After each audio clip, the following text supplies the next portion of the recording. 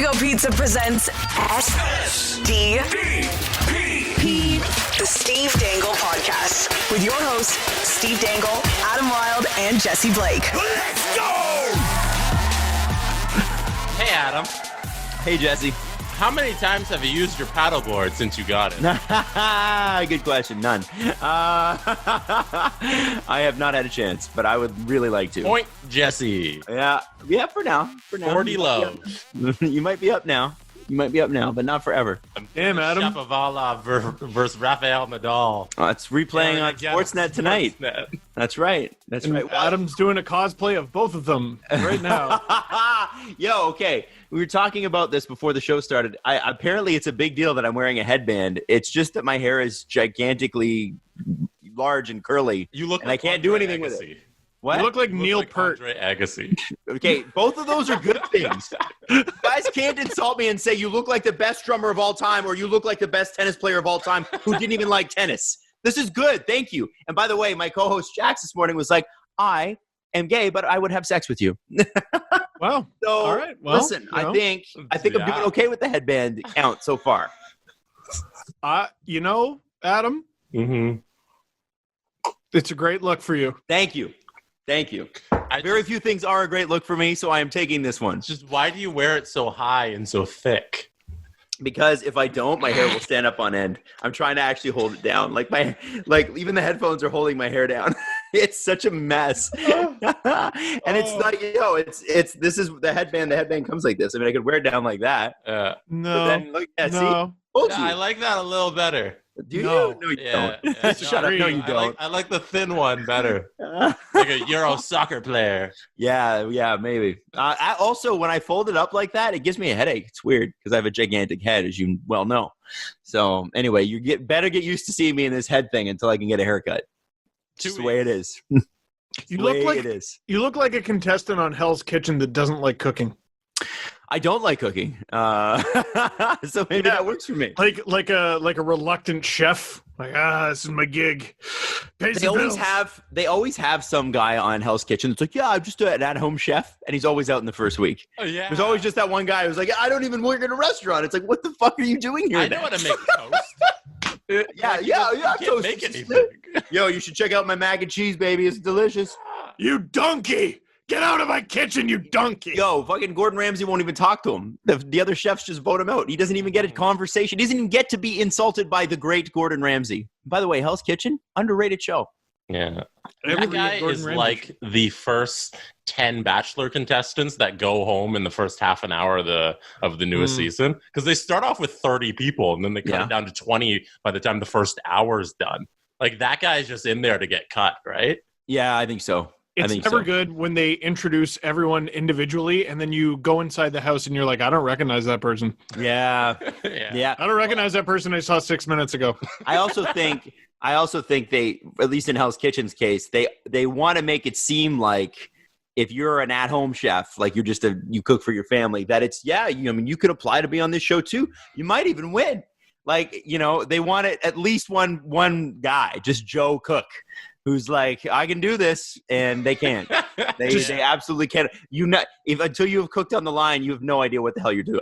To give everyone a reference, like, okay, here's a really good at-home cook, and here's them going up against actual cooks. It's like taking the best beer leaguer and putting them in the NHL and just seeing if anyone notices. You'll notice. Yeah. Well, what was the bar down video we were talking about where one guy's like, I could at least be a 50 in NHL.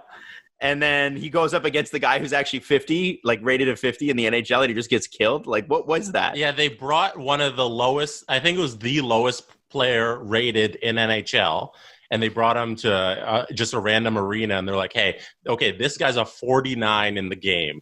This is what he's like in real life. And he was unbelievable. He's the best hockey player you'd ever see in person. In a professional hockey game. And because he's a professional hockey player. Yeah. You don't realize that in the game he sucks in comparison to Sidney Crosby, but in real life, compared to Joe Schmo, he's the greatest guy you've ever seen. I was tweeting about an error from my youth. So the Toronto Marlies approached me with a press pass. They offered me a press pass in my first or second year of doing YouTube videos. It was a crazy idea because they don't know I might be a lunatic and go in there and ask all the players for autographs and all kinds of crap. All of that is true. And all of that ended up being true. Lunatic Ann would have asked for all their autographs. Look at all the pictures behind you. Absolutely. What? Pay no attention to the wall behind. What are you talking about? They were right. I have Don't let them in. All right. Who do I? Maybe. Anyway, listen. So I got to Ryan Hullweg. Remember Ryan Hullweg? Yeah, of course. Leafs enforcer. Yeah. So he Terrible had a player. He was an enforcer, Jesse. He was an enforcer. That's how this works. He was rugged and he played with his fists. And he had a 2-goal game down in the minors. And I asked him what I didn't realize at the time, but know now, was a very patronizing question, which is basically, hey, where'd that come from? And he very politely reminded me, I had a 30-goal season in junior. So Ryan Hullweg, who you referred to as a terrible player, and maybe by NHL standards he was, would destroy the best player and the best team you've ever been on the ice with. Right. And I tweeted that, and so many people were like, actually, no. No, I played with blah, blah, blah, blah. And it's just not true. It's just not true. You can tweet it into the internet. You can put anything into the internet. It's simply not true.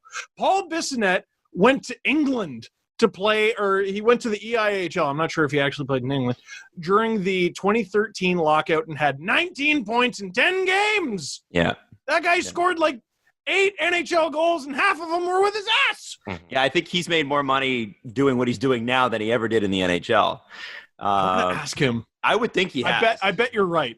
I would. And he's probably made more in the last calendar year than he did. Like Twitter is the best.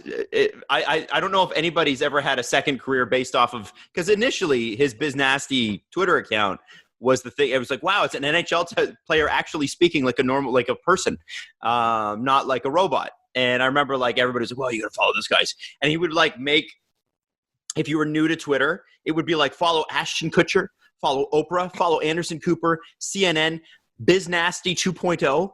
And they're like, you might not know much about hockey, but you need to know Paul Bissonnette. Like, it was one of those, he was one of those first, like, early adopters. And I think, like, that guy, man, it's pretty amazing what he's been able to do with a second career. It's pretty cool that he's been able to turn that into something. I love when he's what I call polished Paul. But so when he's working for the NHL, Paul? Well, so like when he was on Tim and Sid a few months ago, and he's like, I think they're doing great. Well, where they actually had to sit down, yeah. Tonight on Sportsnet, 7 p.m. Well, what is it? 7 p.m. Eastern, 4 p.m. Pacific. We're going to do the Sportsnet NHL 20 Bracket Challenge. And it's basically all these people playing NHL 20 versus against each other. And the hosts are Sean McKenzie and BizNasty, Paul Bissonnette. I think you'll like it. I get to take on Alex DeBrincat of the Chicago Blackhawks. That's going to be tonight. Did you play a couple games? Did you win? I played a game, and I'm not allowed to tell you, but it's airing tonight. And 30 seconds in, you will see Paul Bissonnette call me a jock sniffer to my face. Nice. That's good. Yeah. That's not polished Paul, I'm assuming. No. He acts like polished Paul, but then it's a very thin veil, and every now and then he just peeks behind it, and he can't help it. There's something that's bothering me about the wall behind you, Steve, and I have to bring it up. I know you guys don't want to hear about the Sabres and all that stuff. We're going to talk about that. No one wants to hear about. Yeah, let's talk about your YouTube plaque. Well, that's what's bothering me, Jesse. Oh, okay. What do you see about Steve's other setup that you don't see with the YouTube plaque? Huh. Steve's other setup? Like the rest of the things that are hanging there. Yeah. There's things hanging on the wall behind Steve. Yeah. It's all hockey stuff. Okay. He has the figurines. So for anybody listening as well. Yeah. Explain. So Steve's sitting in his blue room where he shoots all his LFRs. Behind him are a whole bunch of hockey figurines in their original packaging. And next to the figurines are pictures of Steve with the athlete in the little doll. Cool concept, I think. So that's neat. The only thing that stands out is on the wall, there's also a YouTube plaque. Right. Amongst all of this hockey stuff. So, Adam, what stands out to you about that? Well, does it not bother you that he doesn't have a picture of him with his YouTube plaque hanging above his YouTube plaque? I mean, should that not follow? That'll be if this, then that? I mean, if X equals Steve with the picture with everything hanging on the wall, should Y not also equal that the same? I could reposition it. The problem is I had to put 2 holes in the wall for that. No, I think what we need is you need to take a picture with your plaque, and then you need to you need to fill those holes, patch that up, and get a picture up there with you and the plaque, and then the plaque underneath it. Mm-hmm. Or that's a picture with your YouTube channel, like you holding up your laptop with your channel on it, and then it's you taking a picture with your channel. No, it's got to be the plaque though, because the plaque represents the accomplishment. I guess maybe the channel works. Maybe the channel is also you got the plaque for. I just love the idea of him shaking hands with his plaque. I'll get one of those multi-picture things from Walmart for like $4. And then, Gather, live, laugh, love. Yeah, for sure. Little paw prints. Telling you, little paw prints. Honestly, the whole Dangle Navy knows what I'm talking about. If you're watching this right now, you know that I'm right, and you know that he's got to correct this because it's just singular on its own. It's weird. There's so much uniformity to everything else. Oh, it's you don't have a problem with it. No, it's problem with the lack of picture with it. Yeah. It needs the picture. You need to have a picture with it. That is the theme of the room. Picture, then play doll thing. Play doll thing. How many subscribers did you get to get the plaque? 100,000. Oh, that's not too bad. That's not bad. That's not too bad. Shut up. I thought I was like, you did something like cool. But... Yeah.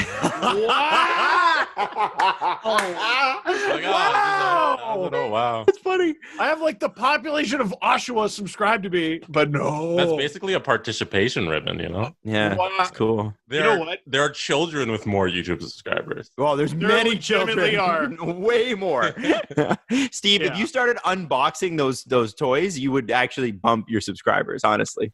Yeah, and all the comments would just be like guys my age and older going, no!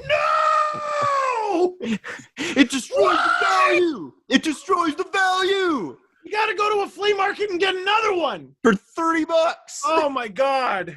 Oh, my God. Most of them are less than $30, Adam Hunter. Well, that's good. Because they're made for about 3 cents. So the variants cost more. I saw, you'd be very proud of me. My Curtis Joseph one that is it's behind the computer here. It's an NHLPA one. I only have 2 figures that are NHLPA. We got Eric Lindros behind me and Curtis Joseph. The Curtis Joseph Leafs variant was $300. Ooh. And I did not buy it. You should be very proud of me. You need to shame me. Oh, yeah. Oh, yeah, I wanted to. I wanted to. Oh, but I didn't. God. I didn't do it. Thank you. I'm glad. How much was the kayak? How many Curtis Josephs was the kayak? Sell the kayak and buy a Curtis Joseph thing. I could have only got 1.5 Curtis Joseph variants. There you go. For the kayak. Mm-hmm. Yeah, there you go. And the paddle. And maybe the life jacket. It's got to be a package deal. This is amazing. Yeah. Yeah. And like, I care about my viewers. I've been switching up what figure goes where. Mm-hmm. Just to, really? Just fresh. Oh, yeah, that was Phil Esposito the other day. You don't remember that, do you? No, it's Bobby Clark. I can't tell. Who knows what it'll be next week? Who knows? I don't think anybody can really tell. No, it's pretty. They can. They can. Deep down, they can. How dare you? I have way too many Montreal guys. I gotta get rid of them. Yeah, throw them in the. You do. Well, wow. I'm just glad we had this conversation. I bet you are. Take a damn picture with that plaque and get this thing right, okay? Yeah, do that. Even if it's side by side. Hey, Adam, that's Brian Giunta with the Montreal Canadiens. Who else did Brian Giunta play for? New Jersey. Damn it, Adam. What? There's another team. Minnesota? What? No, Adam! How do you know every team? The Buffalo Sabres. Oh, did he play with the Sabres? Okay. Did he play with the Sabres? You're trying to segue. You wanted to segue. Oh. Whoa. Okay. Wow.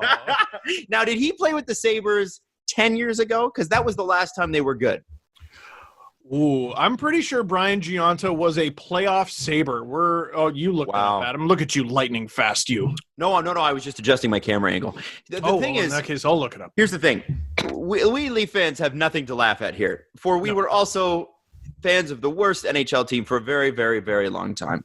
The Sabres have not made the NHL playoffs in 9 straight seasons. And they're not going to make it again next year. No, Brian Giunta was going to be a full decade. He was very not on the playoff Sabres. Yeah. It's probably going to be a decade. And unless there's like drastic change, like really drastic change. And the first thing they need to figure out is goaltending. Mm-hmm. And they better hope they can get their hands on a guy like Matt Murray, who, by the way, we need to talk about a little bit later in the show because there was some drums on Pittsburgh. I saw. Twitter. Oh my God. But yesterday, you can even 31 Thoughts kind of kicks off with it. It's hilarious. I just got a text. Elliot Friedman with his, Santa Claus beard now. And what's better? Gary Bettman saying we have a trade to announce, or Elliot Friedman mumbling, I just got a text. That's better. You know why? Because he 100%. would not say it. Elliot wouldn't say it unless it was a good one. Gary Bettman's like, well, it's a fifth round for a fifth round. Like, he has to say what he has to say. Whereas Elliot's like, oh no, this is actual news, and entertainment value matters to me. No one's booing Friedge. No, that's true too. So, with regards to what happened yesterday, it seems as though the Pegulas have trimmed. I think was it 30 people? It was a wild amount of people. Right down to the IT guy. And obviously, because of COVID, there's probably some business concerns here as well. But when you're worth billions of dollars, a $40,000 or $50,000 salary probably is not going to make or break whatever it is you have going on. The thing here is that it seems as though they have lost trust in the, I don't want to call it hockey culture, but the hockey recommendation culture. There seems to be within hockey, as we've talked about before, 40 guys who could be GMs, and they switch spaces, and it's sort of like what's that game you play with the chairs, and they take away a chair every time, and then musical chairs. It's sort of like that. What's that? Game of Thrones. Game of Thrones. Yes, and unfortunately, it seems as though the Pegulas felt as though there were some huge differences between them and Jason Botterill. Now, a few weeks ago, they were saying, yeah, he'll be back. And even Elliot said on the podcast for 31 Thoughts, he said, yeah, I thought he'd get at least another year. But if you read Buffalo Sabres fans' replies to what happened yesterday, they're like, great, good, see you later. Mm-hmm. Kevyn Adams, former Leaf, former Sabre, worked for the Pegulas for 10 years, first-round draft pick, Stanley Cup winner, I believe, with Carolina. Yes. Kevyn Adams is now the general manager. Now, he was a business guy before this. He was on the business side of things for Pegula Sports and Entertainment. But he did go on a trip this season, this current season that's suspended right now, on like a road trip with them, which is odd for the business side. They don't normally do that. What it seems to come down to, at least from what I can surmise from what Elliot said and what I've read, and all the Buffalo writers, of course, are all over this, and they're doing a pretty great job because nobody seems to be able to put their finger on it. But the best thing the thing that seems to stick out to me is a trust thing. The owners do not trust that other people around the league are feeding them the right people, meaning when they call around the league and they'll, hey, you've worked with Joe Smith, not Joe Smith from Tampa Bay. I'm just talking about actual, like generic name. Joe Smith. Hey, you work with Joe Smith. You like him? Yeah, he's great. No, he's a great hockey man. It's great. That normally passed before. Now they're saying, well, no. That's not what we need. And I find it really interesting that they've gone with now 2 summers in a row. Ralph Kruger, who has some hockey experience, but was a soccer coach until they rehired him. And has the blessing of the team and, most importantly, Jack Eichel. Yes, the players love him. Yep. And then they go with Kevyn Adams, who, yes, was a player, and for a while played a lot of games. But and a coach, but not necessarily GM at the NHL level is a little different, right? So what it says to me is that they don't trust hockey circles. They wanted to go outside the hockey circles. That was clear. And that can either be a great thing or a terrible thing. I mean, in the last few years, if you look at who they've hired, from their coaches to their players, Darcy Regier was there when the Pegulas took over, and then they had Tim Murray in there for a bit. They had Dan Bilesma as a coach, former Stanley Cup winner and coach of Sidney Crosby, and tried to get Mike Babcock and tried to do all these things. It seems as though they have lost faith with something that we've identified, at least, as a bit of a problem in hockey, which is hockey people only hiring hockey people. And a lot of people are going, well, the Sabres are crazy right now. And maybe they are. But at least for now, I mean, Kevyn Adams still played like 10 years in the NHL. It's not that far outside of hockey that they're reaching.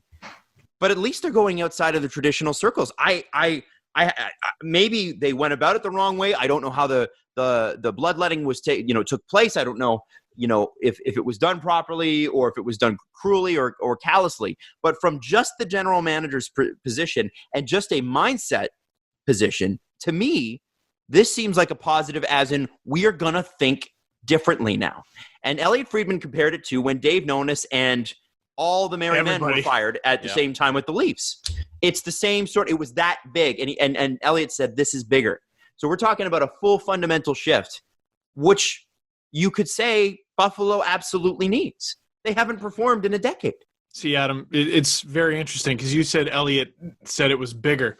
His choice of words I thought was very interesting because he didn't say bigger. He said worse. Worse.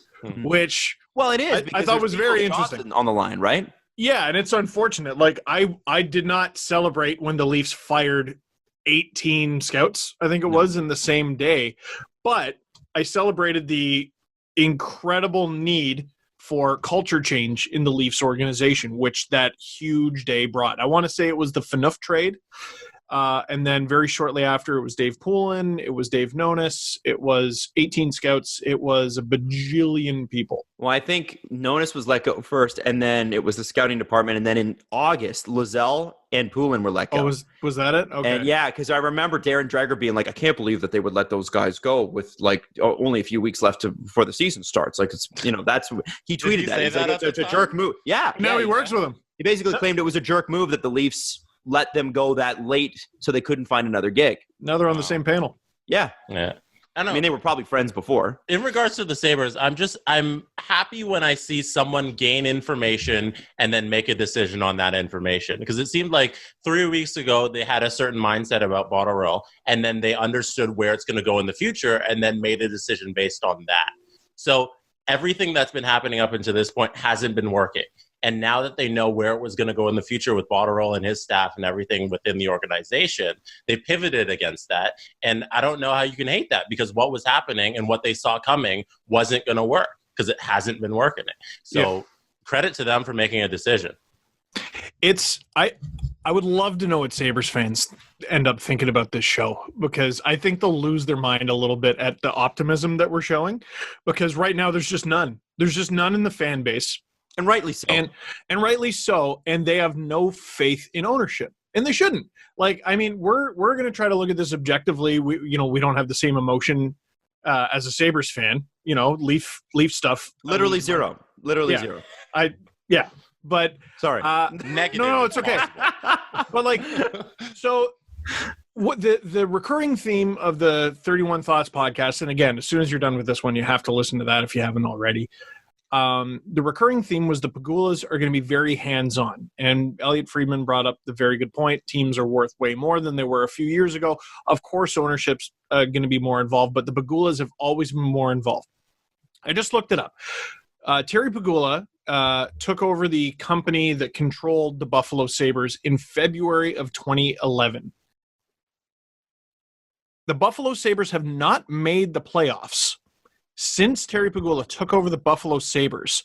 And the year in which Terry Pegula took over the Buffalo Sabres is their best year so far in his tenure. They won 39 games in the 2011-12 season. And since then, they had 21. That's obviously different because they had 48 points in 48 games. That was it was a lockout shortened season. Then 21, 23, 35. Look at you go. 33, 25, 33, 30. And granted, that was in 60 games. And if they win 2 more games, they're in this playoff thing that, and who knows what that changes. But it's just interesting that the Pegulas are going to have more involvement, because if you're a Buffalo Sabres fan, you're like, no, because the Pegulas are only associated with failure. And to that point, that this can go one of two ways. I understand if you're a Buffalo Sabres fan and you're saying, oh God, like, great, we got to change the mentality. That sounds fantastic, but it's the same people making the decisions, which is an issue. I can understand you being a little bit worried, and I would be like, yeah, you better show me, man. Because otherwise you guys are just full of it. And I think you're absolutely right to think that. They haven't shown you anything with the Sabres or the Bills that would lead you to believe, wow, these guys know how to build championship caliber stuff. They just don't. But on the other side of that is maybe for a while, like I got to be honest with you, you own an NFL and an NHL team. If I owned the Leafs and I also owned the Pittsburgh Steelers, my focus is going to be mostly on the Steelers. And I'm sorry, but the Steelers are far more profitable. They make way more money. So if you're talking about an asset base in sports, you're going to focus more of your attention on the thing that makes you more money. That's just the reality. Now, maybe the Pittsburgh Steelers aren't more profitable than the Leafs, small market versus big market team, whatever. Don't debate me on that. You know what I'm talking about. The point I'm trying to make here is that it's possible that they thought, okay, we'll focus on the Bills. We're going to focus a lot of our resources and our time and our efforts on the Bills. Let's get them back into the playoffs. Let's get that stadium rocking again. We got great fans here. Let's go. And you saw what it was like when they finally broke that playoff streak. Unbelievable in Buffalo. Bills Mafia went absolutely insane. They broke so many tables. It was great. But with the Sabres, they were probably like, let's leave the hockey to the hockey people. And a lot of owners will do that. And a lot of people say, we've talked about that. Leave the hockey to the hockey people. You look at Eugene Melnyk getting involved in things. Now, he doesn't seem to be able to make a good decision in his own life at this point, right? So, maybe he's a bad example. But there's example after example after example of ownership being too involved and not letting the people they hired do the job they were hired to do. Well, the second Melnyk disappeared behind the scenes, though, you see how the Sens stock went up? Yeah. I don't need their actual stock. They've done a great job, and they've rebuilt properly. That's right. With the Sabres, it seems as though they've lost trust that they can, and I don't know if that they ever took a backseat, but that they can be at arm's length with the Sabres. It seems like they were hoping that they could find a great manager for their bar, and they couldn't, and they've not been able to find a great manager for their bar, so they got to take over and get their hands dirty for a bit. And reinvent this culture of, Sabres management. And the other side of it, too, is they've got what should be, they've got, first off, their top 5 market in terms of local hockey ratings. So they should make good money off of that team. If they were winning, they would. That they will sell out that arena every day. If you squeak into the playoffs and it's the Buffalo Sabres, that arena is sold out. And they need 2 or 3 playoff games at home. And they've exploded their budget. It's amazing. Especially Leaf games. Well, yeah. And Jack Eichel should be a top 5 star in the league. Now, Jack is not necessarily the most charismatic person, but neither are the rest of the stars in this league anyway. So it doesn't really matter. It's about the play. Connor McDavid's not, he's not razzle-dazzle kind of guy. Still a big star. Sidney Crosby, pretty understated guy, big star. They're all unreal on the ice. Yeah, there's nothing to me that is holding back Jack Eichel from being a star, winning trophies, winning scoring championships, things like that. Because Jack can do all that stuff other than the team that he plays for. And I think if imagine Jack Eichel ended up, who were the other teams that drafted that year?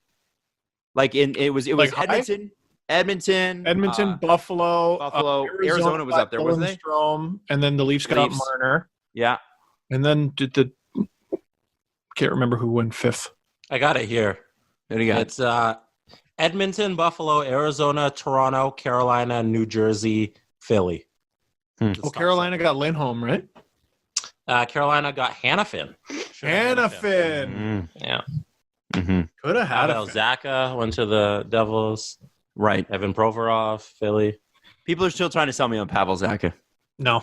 I don't get it. Stop trying to make Pavel Zacha happen. No, it's not happening. If you're a Sabres fan, I think if you compare it to the Bills like you were doing, Adam, you should have faith in the Pegulas. Because when they decided to fire Rex Ryan in, summer of 2016, they bring in Sean McDermott. Next year, they make the playoffs. Mm-hmm. And then they bring over Josh Allen. He turns into success. And having their hand in the team seemed to turn around. Now they made the playoffs last 2 or 3 years. Heartbreaking wild card loss this past season, but they're still in it.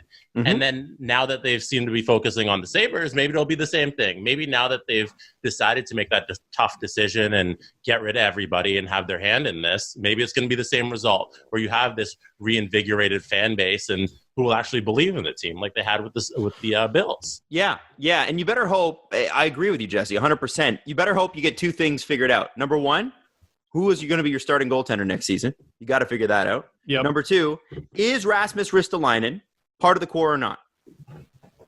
There are people that love him. There are people that can't stand the way he plays.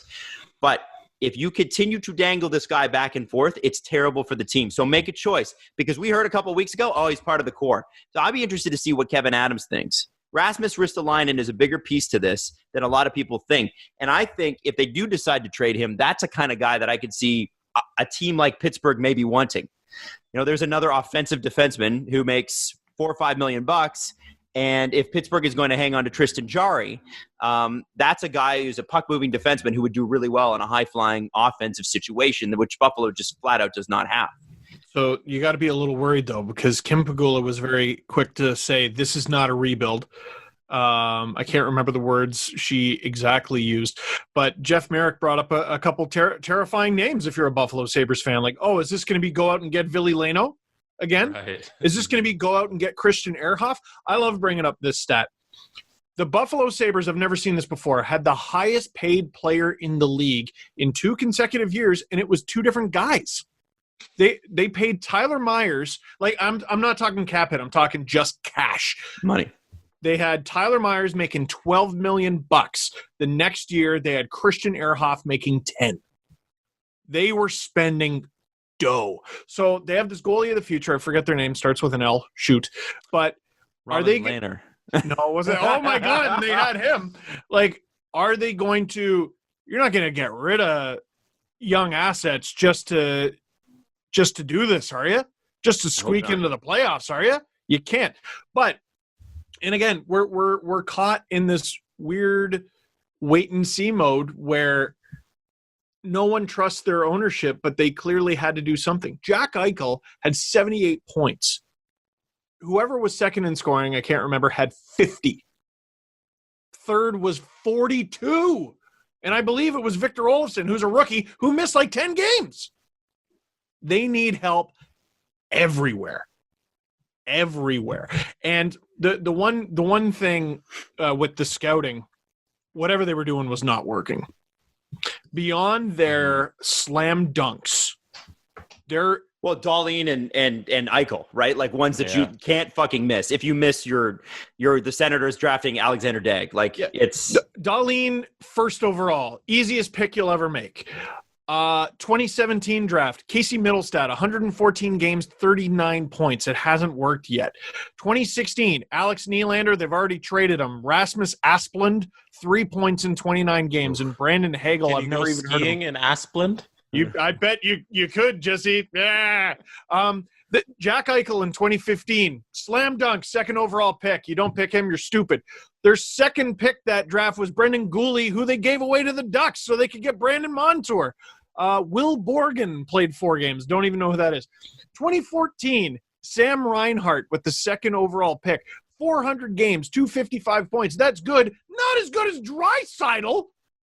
Brendan Lemieux, not on the team anymore, and also not really all that great. Jonas Johansson, he's a goalie that's a little different. They take longer. And Victor Olofsson, there's their one late gem, and it took until this year. It took 6 years. 2015, even that draft. Ristolainen, Zadorov, who's not even that good or there anymore. JT Compher. I mean, at least Zadorov's an NHL player, but let me throw this at you just too. Like, while Steve is going through this, keep in mind that they got rid of the majority of their amateur scouting staff. And they're talking, this is interesting, okay? There was a hint of this in 31 Thoughts. Do they go to video scouting? So that was a really interesting thing because I thought they had already tried that. So I don't know. Hadn't they fired a bunch of guys and then gone to video scouting and then said, oh, no, that doesn't work, and then they hired a bunch? What does that mean? That means that you get sent the tapes of players and you watch the tapes, and then that's how you scout. So no one goes to the games. That's right. It's a cost-saving measure. Yeah, I mean, I assume there's like, you're Buffalo. You probably scout the OHL because it's not hard. Mm-hmm. And you probably have a few pro guys here, there, and everywhere. But for the most part, you're doing video scouting. Yeah, is cost saving the right route to go right now? Well, they seem to want to run a leaner team, and usually what happens is in failing organizations, the first thing you want to get rid of is bloating, just extra bodies, and it's almost like Office Space. So like, what exactly do you do here? And then what you do is you rebuild. But Elliot was saying, listen, they cut so many people, they're going to have to bring somebody in. I mean, you could do video scouting for this draft, maybe, or you just have the notes that the scouts left behind. But if you just fired your entire amateur scouting staff before the draft even happens, can you trust what they wrote? Can you vote, or can you draft the way that they would have wanted you to draft? Like, there's a lot to figure out here. And I wonder if they're looking at this and going, okay, well, we may have to video scout anyway because of COVID for the next year and a half, because we don't know, right? It's possible. Beyond that, whatever it was that they were doing couldn't possibly be worse. Right. They've already failed. It's already a capital F failure. There. Yeah. Man. So can you find a couple geniuses who can do it on the video? I don't know. You might be better off employing Sham Sharon. Oh, the potato. It's still one of my favorite things. So they came up, obviously Cam Sharon works for the Toronto Maple Leafs now, but someone, I don't remember who it was, maybe Dmitry Filipovich, made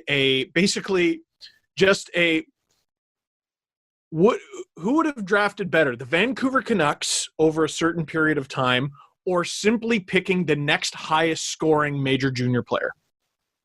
And the next highest scoring major junior player, which was an algorithm called Sham Sharon, killed the Canucks. Killed them. And I'm just looking at the Sabres track record. Other than Victor Olofsson, I'm struggling to find a hit, like a real hit beyond the second round. Like even Mikhail Grigorenko, that's a flop. Zengbis Girgensons, there's one good season and a flop. Jake McCabe, that's not much. Linus Ullmark was their sixth. Okay, you got some value out of that. Joel Armia was their first rounder in 2011. Mm-hmm. Mark Pysyk was their first rounder in 2010. In 2009, you got Cassian 13th overall, Braden McNabb, Marcus Foligno. They've played a ton of games, but we're looking for stardom.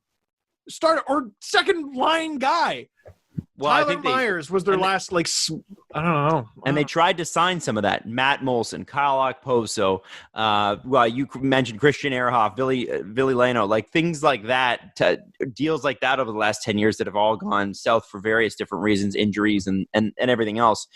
It's a tough thing. It seems like they've tried to make up for it free agent signing wise, and they just haven't been able to do it. You know what theme I'm noticing, Adam, is all their hits beyond the second round don't play for them.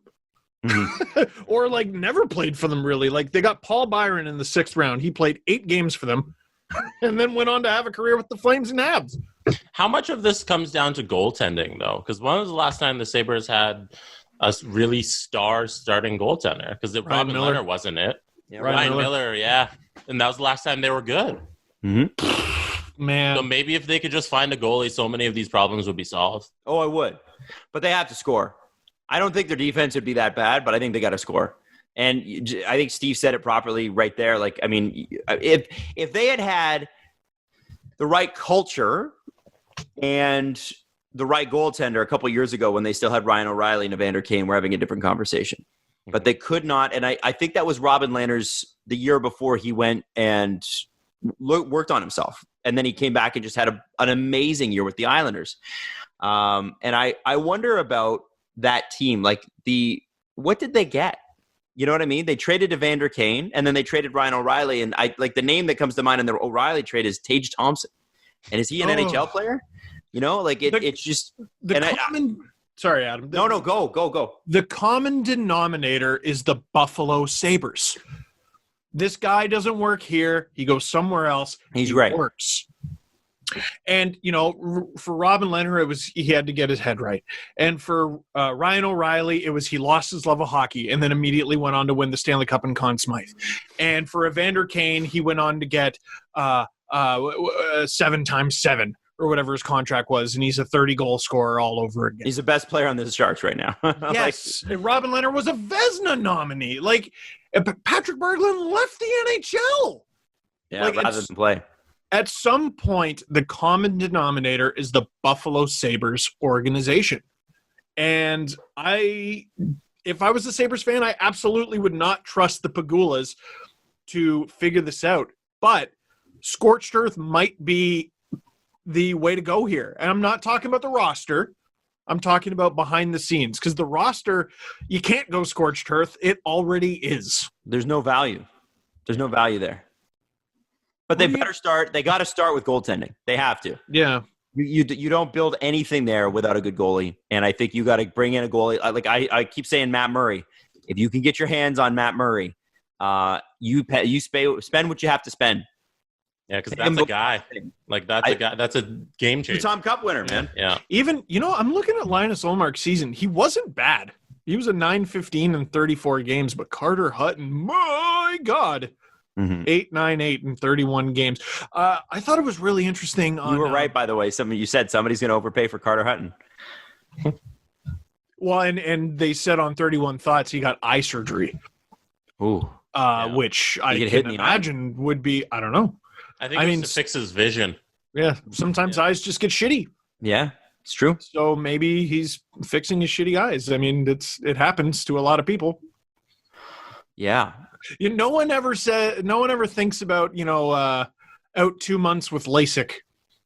You never hear that. But if you're doing LASIK, it's like 3 days. It's not much. It's like a weekend. Yeah. Like a Thursday and be good by Monday. My mom and dad separately got it done, and they've both said, they've both never worn glasses again. They both said it's amazing. Headaches are gone. And, they said it was just incredible. I've never heard a bad review of it. Yeah. But a friend was trying to talk me into it and describe the procedure, and I'll never do it. What? Dude, that's ridiculous. If the second my eyes go, I'm getting LASIK. She said you smell your eyes. I don't want to smell my eyes. See these teeth? Yeah, what about fake? Them? You know what I smelled when they ground them down? Dusty teeth. Guess what? I like my teeth now. I've had them for 15 years. They're amazing. Do you have little nubs underneath? I do. Can we see them? No, you can't pop these off, unless you get unless what happens when you're biting tape or something like that. But yeah, I had bad teeth, man. I had misformed yellow bad teeth. So, all right, I have terrible eyes, and I've thought about getting LASIK. Get it? I've worn contacts since I was 14. Oh, because I'm if I'm not wearing my glasses or contact lenses, I'm literally blind. I can't see far or near, and it's just a disaster. You may as well. Yeah. You may as well just do it. I'm not responsible enough for contacts, and I'm starting to need them. So I may have to do it and just smell my eyes. I don't know. I'm over here with my perfect eyesight. Absolutely perfect. Pinpoint perfect eyesight. Listen. Right? And my headband. I was about to say, you can keep your glasses in your headband. Can you see where your paddleboard is? So you can. It's just over there in the driveway. Whoa. Wow. From the top rope, Jesse. I should hire you for the Sabres. When it comes to the Sabres, they will be a fascinating story because, I have more faith in them to turn it around than I had in the Senators 18 months ago. And the Senators have turned it around. Now, I don't think that Eugene Melnyk isn't going to derail that train from time to time. I think that's going to happen because he's as greedy as I suggested he might be. Remember, I don't know if you guys saw the follow-up in the Ottawa Sun. They had to print an apology because he had donated $20,000 rather than $5,000 or something like that. It's like, wait a second. Yeah. The charity donated $20,000 to liver transplants. Yeah. Not $5,000. And he threatened them with legal action. And they're like, sorry, I guess. Yeah, it was very odd. So from that perspective, at least the Pegulas aren't that, whatever that is. And hopefully, and they want to win. They've spent a boatload of cash on both of those teams to bring in players and that sort of thing. I think that they want to win. So hopefully they can put something together here. And as they expand their staff slowly under the new Kevyn Adams regime, hopefully they're able to turn something around. It would be really nice. I mean, I want the Leafs and Sabres to have a great rivalry. That's fun. Yeah. The Kevyn Adams regime, there needs to actually be one. Yeah, they need to commit to a path for 5 years, not 2 or 3. Mm-hmm. They got to commit to a path for like 5 years and actually do it. Yep. You're not going to get anywhere if you keep walking back and forth. You got to pick a direction and go. And they won't do it. Yeah. Well, and I'm sure that's what we're going to hear from Sabres fans after this is even if we had a direction, we can't stick to it. But so the thing that makes me interested in the Kevyn Adams regime, and this is why I call it that, and this is why I think this guy's going to last. I could be wrong. Could be completely wrong. But I think he's going to last, and I'll tell you why. He's managed to work with these guys directly for 10 years. 10 years. I think he's built up some goodwill. You know, Botterill was a guy they interviewed. Yeah. He was just a guy. It was a hockey guy. And no offense to Jason Botterill. I mean, maybe, I don't know. But he's not like a friend. Like, it sounds like the relationship between the Pegulas and Kevyn Adams is he goes over for dinner once a year or something like that. Yeah. That's a big difference. He's an employee. You guys both have dogs, so do you have that leash that extends? It's like 40 feet. It starts out like this, and then yes. If your dog runs, it keeps going. Could not trust my dogs with that. Are you insane? No, Okay. I have it, but I never they're use 80 it. pounds each. No, it would be chaos if I He used would be that thing. skiing. Yeah. I use that leash on little old Waffles. She likes to run around. I feel like that's Kevyn Adams' leash with the Pegulas. It'll just keep going and going because they finally found someone that they actually trust. Yeah. It's not one of these hockey guys they just brought in. This is a friend, it sounds like. And he's going to have a lot of leeway there. Mm-hmm. Yeah, Jason Botterill's leash was a hair tie. Yeah. And And honestly, it snapped. let's look at what they really have to do here. The Sabres need help everywhere. So it's not going to be hard for Kevyn Adams to look good. Like, if you're starting from the absolute bottom of the barrel, which is what the Sabres are, and you've got I don't know if you call Jack Eichel a generational talent yet, but he's about as close to it as you can get. He's a star. He's a star, no question. So you've got your star centerman, which is what most teams need. You need your star goalie. You've got some pieces. And if you improve the team by 3 or 4 wins every single year, you're in the playoffs in 2 years. And at that point, it's like, well, the Pegulas go, well, we were right. You hire some amateur scouting staff. That's going to be the key. The long term of this is how well the Sabres do at the draft. That, for me, is going to be the true test. They can get into the playoffs. There's no question. It's not like Jack Eichel's not driven here. And it's not like there aren't players on this team that aren't good. But if they can't get a goalie, it's over. So they got to get the goalie. So that's got to be Kevyn Adams. To me, his first order of business is get a goalie, get a winger who can play with Jack Eichel. I know they thought that was Jeff Skinner. I hope it is Jeff Skinner because Jeff Skinner's making an enormous amount of money to be Jack Eichel's winger. So hopefully they get 20 goals. Yeah, come on. Man, you got to sort that out. Nightmare. That's that is a nightmare. It is. But if you can get Jeff Skinner back on the Jeff Skinner track, because he has, if you look at his career, has always scored regularly, but every once in a while has a season where he's like, wow, what happened to Jeff Skinner? Right? And here, this might help. I went on Daily Face-Off.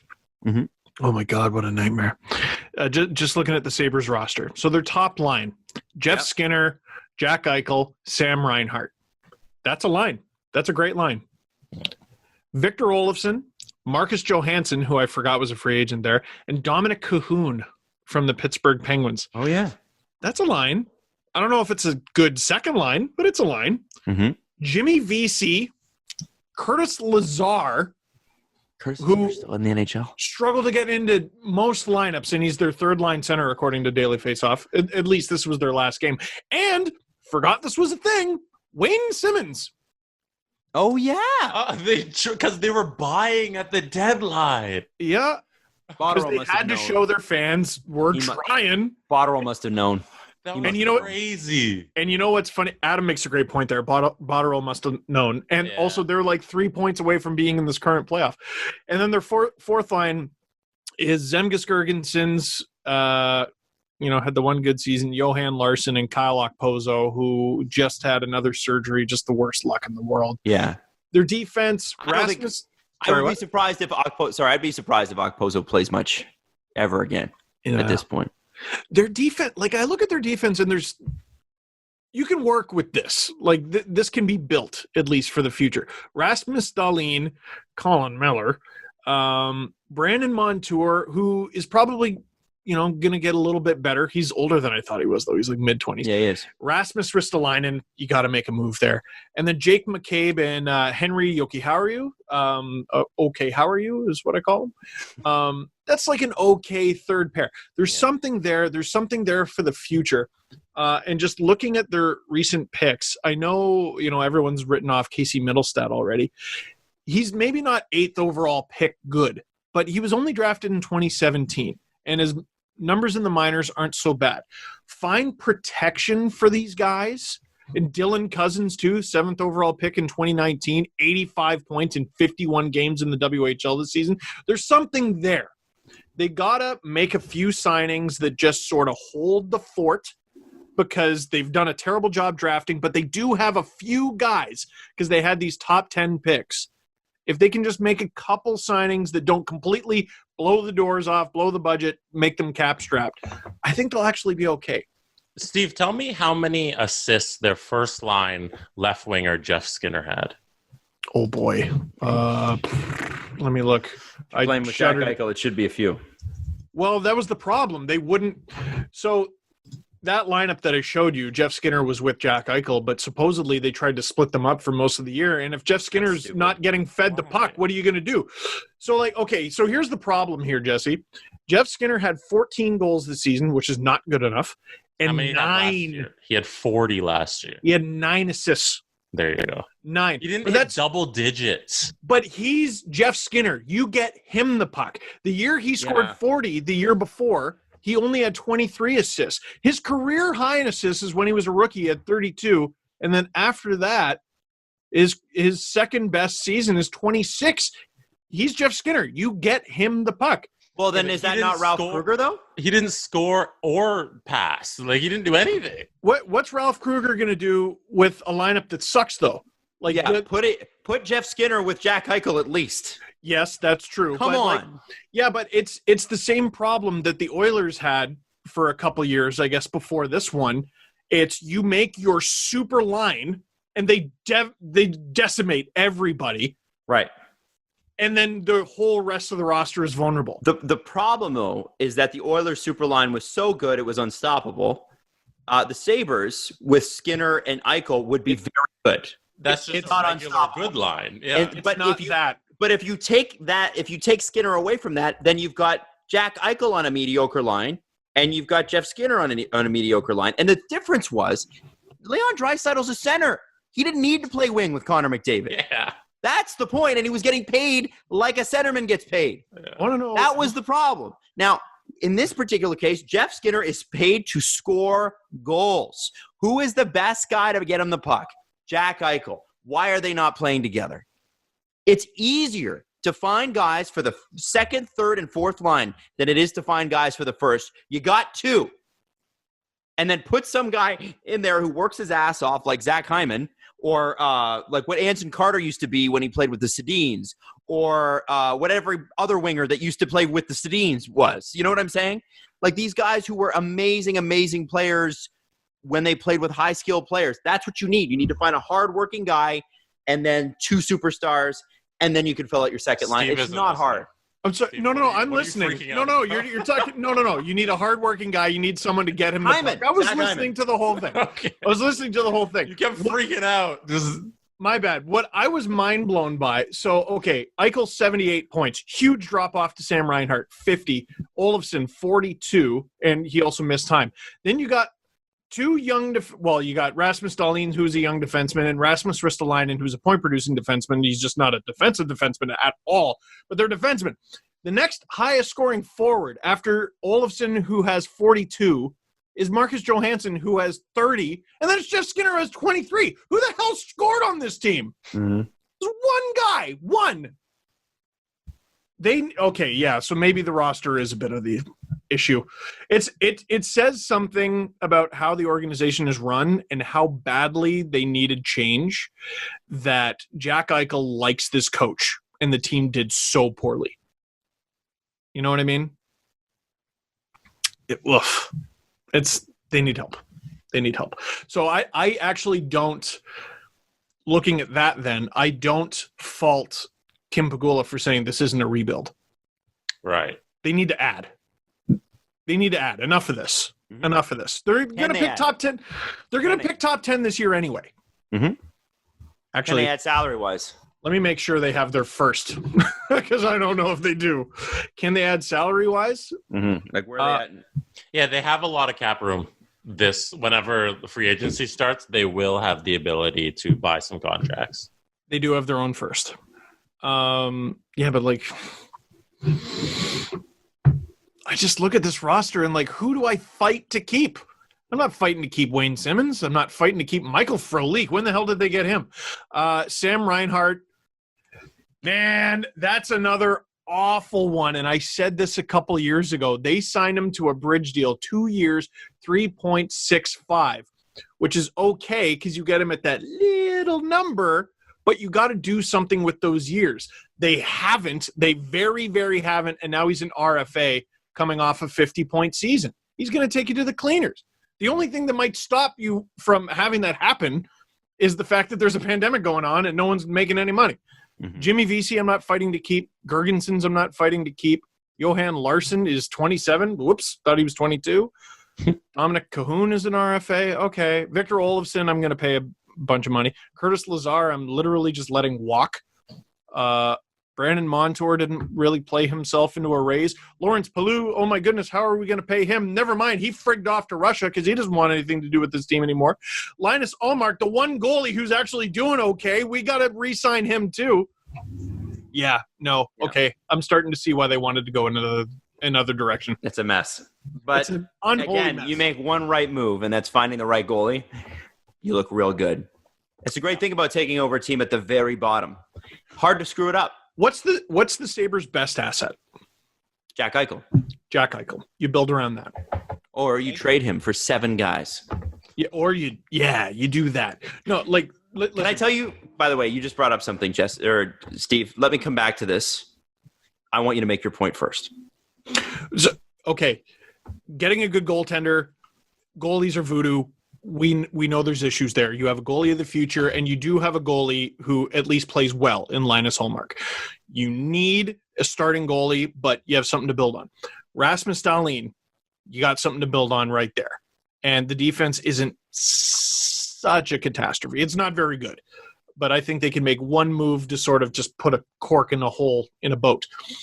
Jack Eichel needs support. Mm-hmm. He can't do this. He can't be outscoring the rest of his team by 30 points. You cannot sustain this and expect to have any success. Get Eichel some guys who can score. That's it. And it's like what the Oilers did at the deadline, which everyone forgot about because it was basically all for naught. They went out and got Andreas Athanasiou. They went out and got Tyler Ennis. Mm-hmm. They went out to Europe and they're like, here's guy. And they didn't have to be stars. They just had to be relatively effective. Support. Yeah. There's supportive cheap wingers out there you can get to at least let the other team know you can do something with your second and third line. Yep. Jack I'd like to see them best asset. You have to protect them. I'd like to see them hang on to Wayne Simmons as well. He seems like a culture guy. You know, Wayne's maybe Wayne's big scoring years are behind him. You know, maybe he is a third liner at this point. Yeah. But I think there's benefits to having a guy like that around. I really do. I think he could be convinced. Because remember there was that thing with his dog, like he wanted to be closer to his dogs. I don't remember that. Remember that he wanted to be closer. That's why he moved to Buffalo. That's why Buffalo was on his trade list because he wanted to be closer to home. Oh, and home included his dog and his children. Oh, Right. So I think he can be convinced if you can get him at a relatively reasonable price, and you're not so strapped, I guess, if you're the Buffalo Sabres, and culture is your number one priority. Yeah. That's a culture guy. That's why you made all the changes. Yes. So that's one of the ones where people will show you a chart why that shouldn't make any sense. No, you make that signing, and then that signing does not prevent you from making other smart decisions. They got to protect their top asset, Jack Eichel, and then everything else. Mm-hmm. I agree. Okay, get better defense, get a goalie. Shelter, Rasmus Dahlin, get a better goalie. But the fact of the matter is Jack Eichel did all the scoring. Imagine how much better Jack Eichel would do. This guy who had 78 points in 68 games. Imagine how much better he would do if the Sabres actually had a secondary and tertiary threat on their roster. If Jack Eichel played on Tampa. You know? He'd be a destroy. He might be their best forward. Yeah. Seriously. Yeah. Steve, are you forgetting about? No, I'm not. He might be. He's that good. He's just got no one with him. And let's not forget that Victor Olofsson, who was third on the team in scoring, did a lot of his scoring on the power play. This team at 5-on-5 was god-awful. Can we take a trip down memory lane, guys? Let's do it. One of my favorite hockey takes of all time. 2016. If the Leafs had signed Jimmy Vesey and not the Rangers, William Nylander would have been traded already. It's my favorite hockey take of all time. And that was a hockey take and a prevailing thought. And that was sort of when the Nylander hate started in Toronto. It was like, okay, now we can openly hate this guy, even though he was pretty good. And I just want to say, even if that was true, if that was an actual thing that the Leafs would have considered if Vesey had signed in Toronto, thank the Lord he didn't. I'm so glad. He was going to be the superstar. I remember that bidding war for him. It was crazy, but people were like, well, he could be a 40-point guy. This is wow. Can I just say that Jimmy Vesey suffers from what I'm going to call Tyler Bozak syndrome. Tyler Bozak, his whole career, we talked about how he shouldn't be on the first line, and he's trash, and he should give up his job to Kadri, and what is Carlisle thinking? Meanwhile, Tyler Bozak was a free agent signing out of college, and for a free agent signing out of college, he's had an unbelievable career. Yeah, 90th percentile sort of career coming out of college as a free agent. Jimmy Vesey, he's coming off the worst season of his career this year. Who on Buffalo had a good one besides Eichel? But his previous 3 NHL seasons, 17 goals, 16 goals. It's not bad. That's a serviceable player. But it's just no one's saying he's not. No, I know. But we come out of the gate. We come out of the gate with William Nylander as a comparable.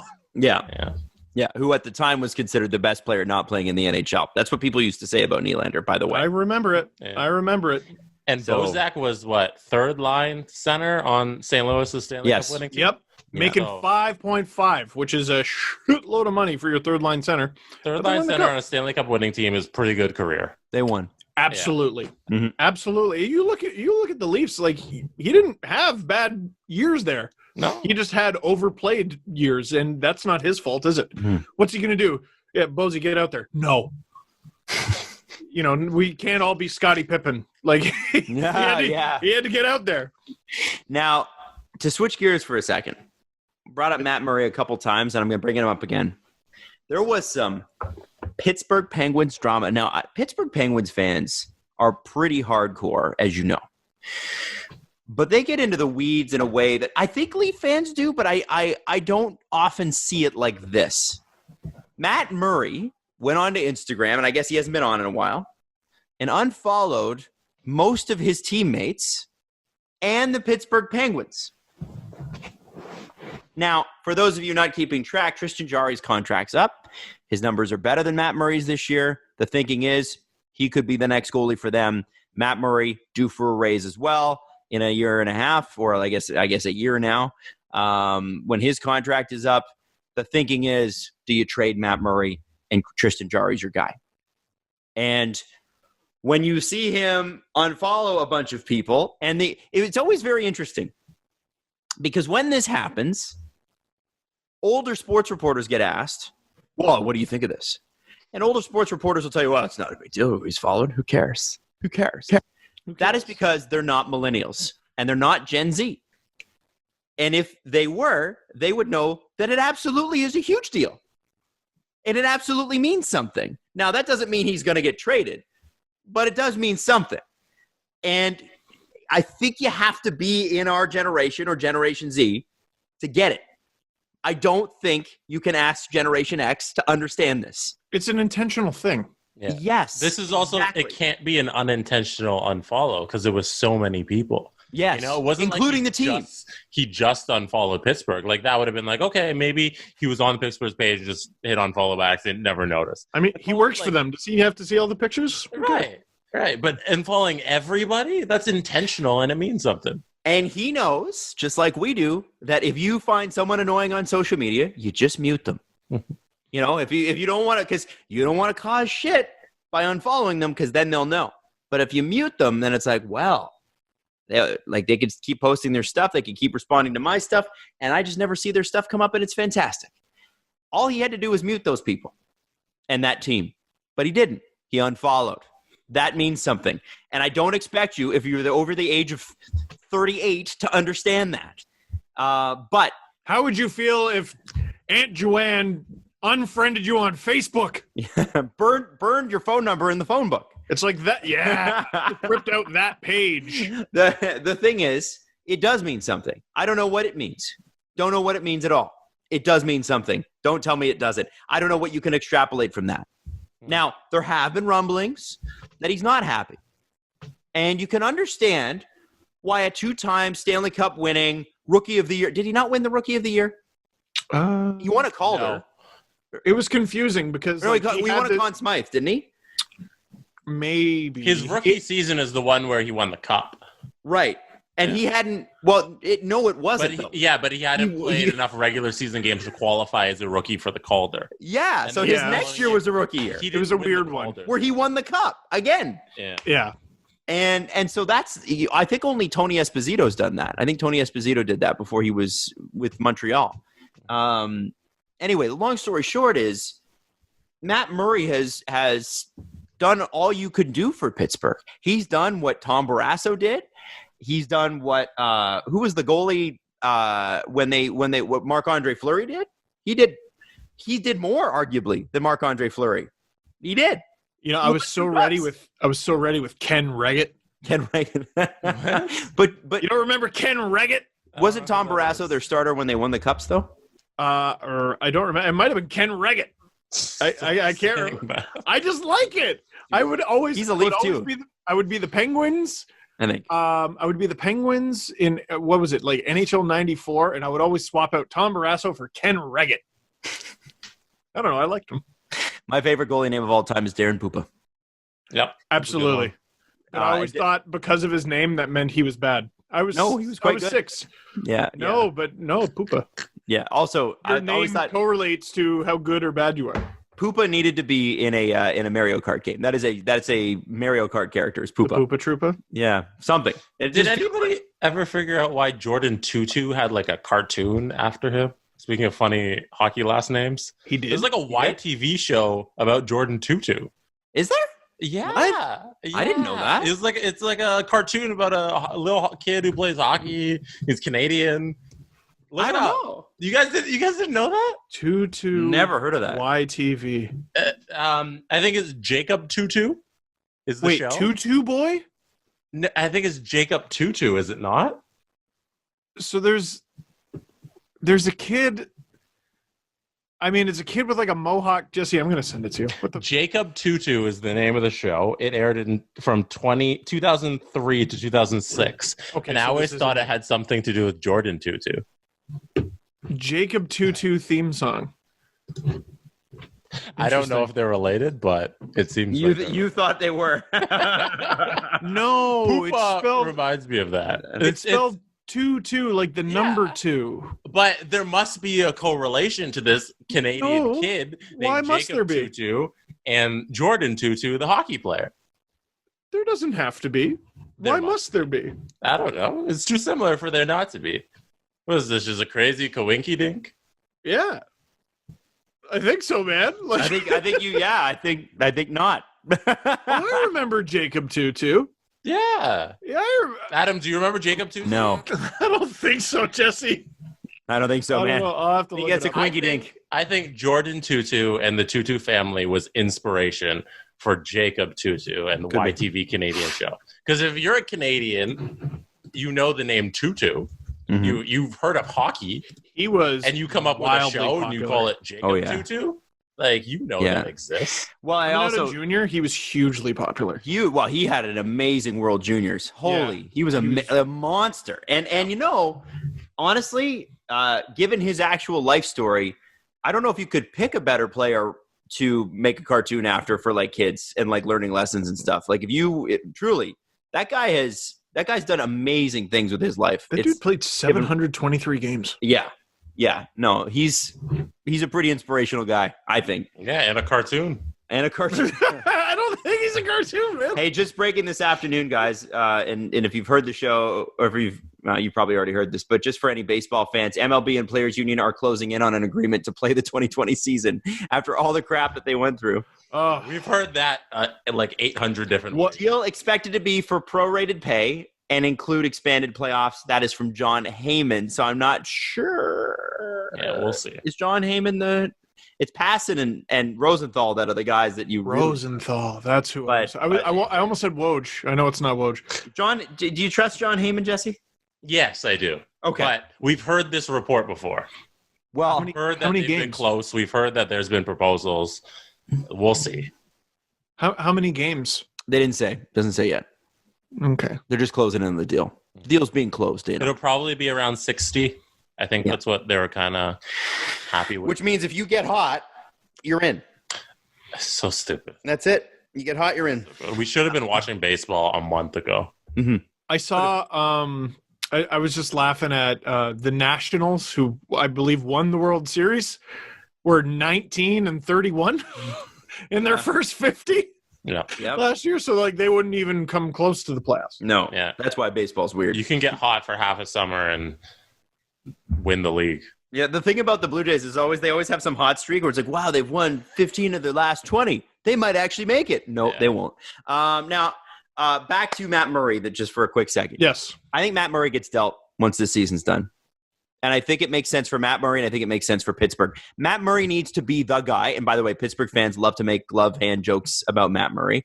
I think Pittsburgh, you've been very blessed with a lot of high caliber talent for a long time. I don't think you realize in that context, and that's fair, how bad it can be. So Matt Murray's glove hand may not be your favorite. However, Matt Murray's glove hand to a team like the Buffalo Sabres is a enormous upgrade. And I think if I'm Buffalo, I'm ringing Jim Rutherford's phone right off the hook. What do you want? There are kids about to go into high school who don't remember a world where the Penguins didn't make the playoffs. Yeah. Yeah.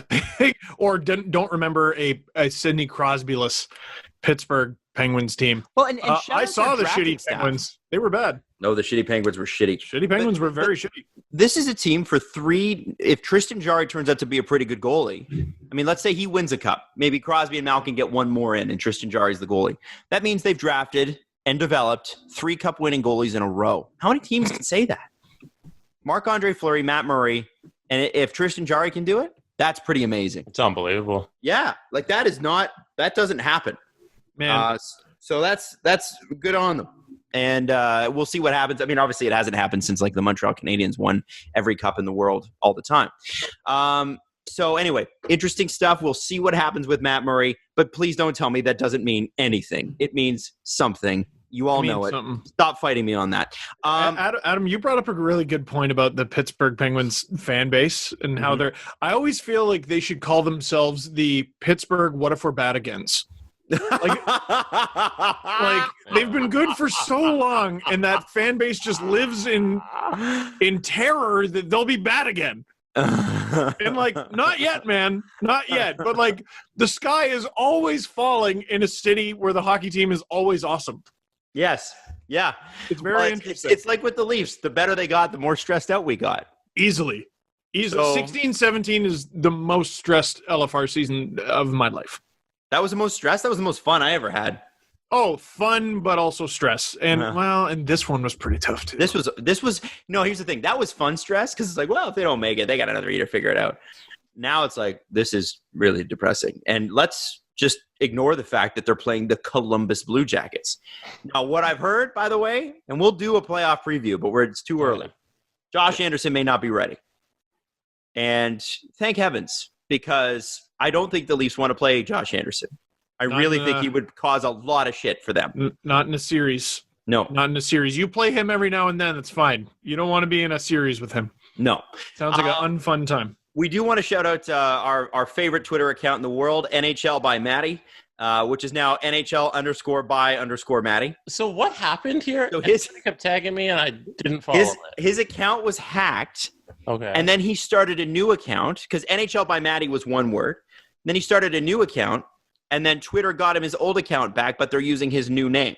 So NHL By Matty used to be the account. Now it's NHL_by_Matty.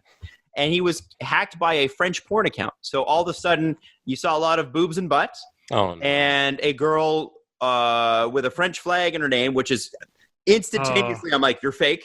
Mère de l'Or. If you have a flag in your name right now, take it out because everybody thinks you're phony. Nobody thinks you're a real account if you got a flag in your account. That's very true. It just nobody does. Mm-hmm. So like these are the things, and I know we have listeners who are like, well, I've got 5 numbers after my name and a flag. What's wrong with that? Everything. So change it. Find a name and change it. Because that's what it's like. It's a perfect. You're a Russian troll. Perfect. I found you. So anyway, NHL By Matty is back. Now, what the best part about this Why did they target him, though? What poor soul wanted to target old little Matty? Yeah, I know. Our favorite guy. Well, here's the best part. What woke Matty? Woke Matty has emerged over the last month. Matty has. It's been awesome. His picture is a Googled picture of him with a shot. So he Googled a picture of himself, Jesse, for his profile picture, and then took a picture on his iPhone and then posted it as his picture. Now, was that him who did that, though, or was that the person who got his account back thinking it would be hilarious? But he's been tweeting from it. Like, there's a tweet here from 3 hours ago. So he must know. That's just funny. Yeah. Like, he took a picture of his own screen, not a screen grab, took a picture with the phone, and it says photo of me. That's gotta be a bit. Computer, it says photo of me on it. Like, that's gotta be a bit. He's gotta be in on that. It's just I don't know, good. man. That is so funny. I gotta send you guys. Someone in Dangle Navy had this as their display picture for a while. I don't know if they made the Photoshop or if someone else. Basically, him with Super Saiyan eyes. I'm going to change my profile to photo of me. We should all do it in solidarity with Woke Matty. Yeah, Woke Matty. Absolutely. Woke Matty had some things to tweet about Toronto. Oh, did he? Woke Matty really wants Edmonton to be one of the hub cities. Now, I'm not really understanding why Edmonton and Toronto can't be hub cities because one's in the West and one's in the East. But there seems to be a prevailing thought that only one Canadian team. Because Vegas is already one. Right, but wouldn't you want 4? Or do you only want 2? No, you want 2. 2. There's one East and one West. So, yeah. So there's only one left, is what they're saying. So he's mad because Vegas is the Western team then. That's the Western hub. Mm-hmm. But he's still mad about Toronto potentially getting it. Because he said, what did he say? I'm going all the way back. He did tweet that his Twitter account was hacked this morning. He said, if Toronto was chosen as an Eastern hub for play-in playoffs, it's also where Sportsnet, and he capitalized the N in Sportsnet, Sportsnet's head offices are. Just saying, TV is driving this too. Well, yeah. Duh. They paid $6 billion for it. Of course they are. Probably don't they have a say? They have an enormous studio in Vancouver as well. Like, NHL By Matty. If Toronto is picked as a Canadian hub for the NHL play-in and playoffs, it has everything to do with hotel space and an Eastern time zone, and little to do with health. Their COVID-19 numbers are nowhere near as good as Edmonton's. We're also literally 10 times the size. Plus, of course, Toronto is a league head office. Also, time zones don't matter because there are no fans. Right, so you could play a game in Eastern time on the West Coast, and it doesn't matter because there's no one who has to attend the games. Right. Are you suggesting they'll record the games? No. So if it's if you need to play a game at like 4:00 to air on the East Coast at whatever time, you can do that because there's no one who has to attend the game. So you can air, you can play the game at 7 p.m. Eastern, no matter where you are in the world. Yeah, because it doesn't matter in terms of the actual people at the place playing the What's game. going to be kind of interesting is I don't think they're going to be able to play games if Toronto's an Eastern hub. They're going to have to use multiple arenas, but it's going to be like House League on Saturday mornings when it's like, okay, you're on at 9, and then your buddy's on at 10, who's on the other team, and literally it's like they'll be like switching off, and it'll be like the next team, okay, pull the Zamboni out, we're going to do this again, let's go. Probably going to be 3 or 4 games a day. And like you mentioned, I like the NBA thing where supposedly the other teams who aren't playing can just watch. That's cool. I love that. The Raptors could just watch the Lakers and Clippers. And who wouldn't? Like in the stands, talk shit. There's going to be so much tampering. Oh my! The NBA is fucked in terms of just going forward. John is a free agent. Purple shirt, nothing. Yeah. How many offers do you think Pietrangelo doesn't get? Wink, wink. You know what I mean? Yeah. Here, sorry, boys. Can we continue this after? I'm going to have kidney failure. There will be much tampering. Yes. But most importantly, guys, did you hear the news? What? You didn't hear the news? Oh, Adam, that is the most terrifying question you could ask someone in June 2020. Okay. The news is bad, which is something you must be used to at this point. Yes. Francesca and Harry from Too Hot to Handle broke up. I know. I did. I know. Francesca put out a video. It's 5.5 minutes long. I watched every second. Do you want me to play it? Do you want to play it? I don't know. I haven't watched it. I only heard you watching it this morning. Oh, no. I don't know if we need to play it. No. But I would say that she said she cries a lot, and they cut out all the crying in the show, so you didn't get to see her cry in the show, but she cried a lot. And she said that, that they tried really hard, but that he couldn't do the long distance thing anymore, and that she said, I would have, he was my ride or die, but it just wasn't returned. She also accused him of being unfaithful. There was a sprinkling Yes. of that. Now, he's what, 23? He is a child. Yeah. Like 23 is not child, but like, look at him. Yeah. Let me just say this. It doesn't make it right, but you're not exactly good at feelings at 23. Fair? Sure. Not everyone. Not everyone. So everybody. Steve was with his now wife at that point, so we won't. Steve was good at feelings. They came out of the womb together, actually. They did. Woo. No. I don't think they did, actually. I don't think so. As I intended, no. But I would imagine that if you're young and hot in Hollywood, there probably are some temptations. And she was going to move down there. She still might. Got a lot of Instagram followers, those two, so they're probably going to be fine.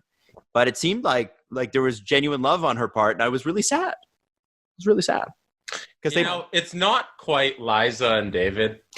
Nothing will ever be Liza and David Dobrik. That hurt my heart.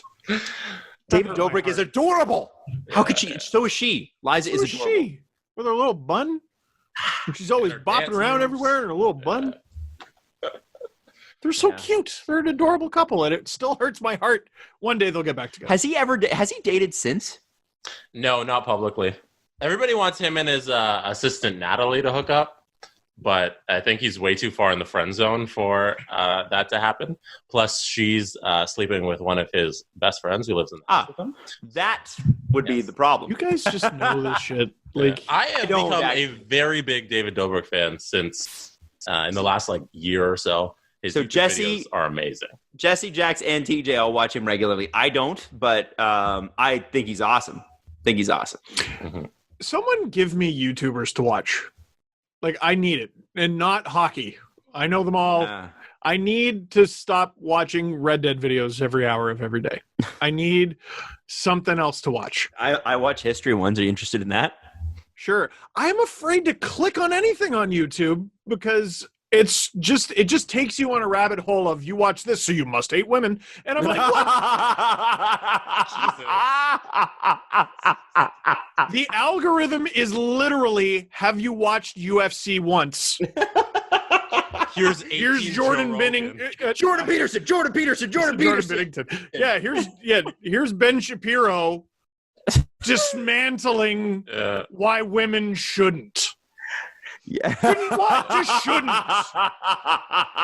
We don't even need them. Like, here's Jordan Peterson doing an all meat diet. He eats nothing but meat for 10 years. That's his daughter's thing, right? Yeah. Here's a live stream. Jordan Peterson trying to take a shit. Like, dude, I'm afraid to click on anything. Yeah.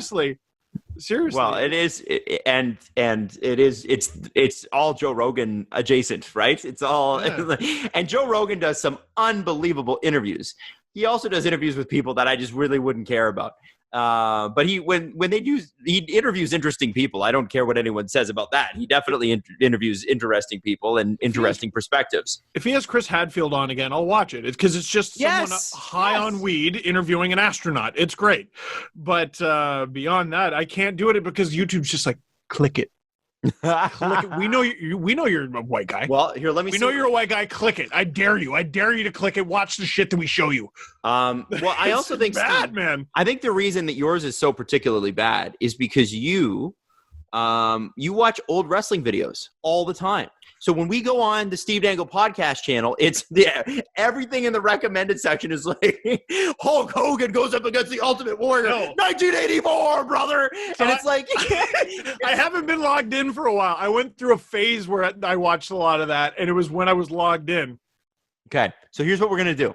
All right, Jesse, pull up your YouTube, your personal YouTube. My YouTube? Yes, you're subscribed. Listen, okay. Subscribe to. Okay, we're gonna run through your list of things you are subscribed to, and Steve, you got to pull up yours too. Okay. Okay. All right, so we're gonna run through our subscriptions. Now, mine is incomplete because I don't watch as much YouTube as you'd think. A lot of my stuff it's either history related or work related. But I will start you off. I got History Matters, which is a good little account, and History Matters is fun because they animate everything, and it's sort of like tongue in cheek too. So, for instance, the Dutch, believe it or not, at one point ate their prime minister. I'm not kidding. Had a plan. Ate their prime minister. And then so there's a little picture of this little Dutch prime minister, and he's like, and it's very funny. He's like, whoa, please don't eat me. I'm also subscribed to the Steve Dangle Podcast, Steve Dangle, Saturday Night Live, Jimmy Kimmel, Nintendo, Virgin Radio Toronto, obviously Ubisoft, Late Late Show, Last Week Tonight, BBC Radio 1, The Great War, which is interesting. If you're into World War I, it goes World War I week by week, and they started it in 2014. So they lined it up with World War I actually happening 100 years previously. So it's like what happened this week back then, which is kind of neat. So they did the whole war, which is an amazing thing.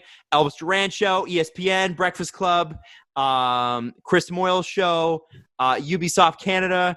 For some reason, wait, this must be old. Ray William Johnson? What happened to that guy? Remember he was huge? Oh, this is when we're getting back into the deep stuff. that's the weird thing about YouTube is you'll be the biggest person on the face of the earth and disappear. Gone. That guy was huge, though. Remember Kev Jumba? Yeah, I do. Disappeared. ASAP Science, like that's going way back. Jenna Marbles, Howard Stern, Star Wars Explained. Yes, that's right. Star Wars Explained. Kyle and Jackie O. It's a radio show back in Australia. And Gordon Ramsay. And I follow Gordon Ramsay because I once looked up how to properly scramble an egg, and Gordon Ramsay has a video on it. They're great. And it changed my damn life. They're creamy. So those are some of mine. Also, I follow Architectural Digest because I love house porn. Thank you. This has been my TED Talk. So I'm really glad that we're doing this exercise because I'm discovering things. So I'm on my phone all the time, and I accidentally click stuff all the time. Like I'll accidentally like a tweet, and I'll be like, no, and I'll have to unlike it. I think I'm accidentally subscribed to an account I have no interest in, and it may actually, like this might actually make a lot of sense. Gamers Little Playground. What is that? I don't know what that is. It's just about video games. Sounds weird. I don't know what this is. Never would have subscribed to it. I'm unsubscribing right now. I don't know what this is. I'm subscribed to Sportsnet, the Steve Dangle Podcast, Boozing with Big Red.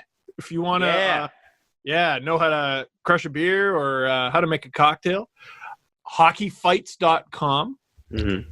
Oh man, that's that's a good one. Ann Tokarski, she makes hockey videos. She just started off her YouTube channel. Subscribed to her recently. Bill Wirtz, he's that guy who makes, frankly, great videos for when you're high. Oh, Yeah, it's great. And stupid songs that I can't help but sing around the house. Adam Wilde, I don't think you've uploaded for a while. What a loser! I actually have some ideas, and I'm thinking I might actually kick off my YouTube channel again. There you go. Subscribe to the Hockey Hall of Fame. Greg Wyshynski, I don't think he's uploaded anything in a while. Remember Barats and Beretta? Yeah, I do. Were they not Funny or Die? I think they got bought by Funny or Die. Okay. And then all my recommended videos are just, so there's Red Dead Redemption 2, all cutscenes. There's, it's 19 hours long.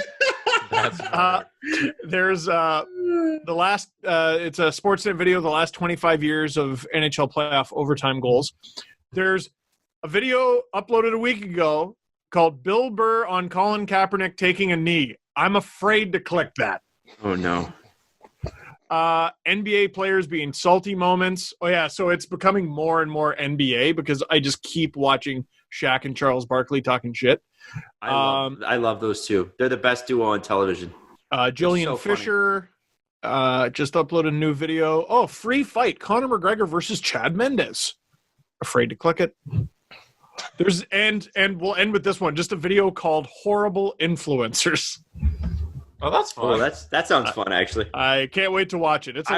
Can you send me that? I want to watch that. Sure. Well, the first, you know how you hold your cursor above it and it shows you a few clips? Yeah. It's like influencers going to the protest just to take a picture and then just bouncing. Perfect. That's amazing. It's so good. I'm going to watch it as soon as the show's done. Yep.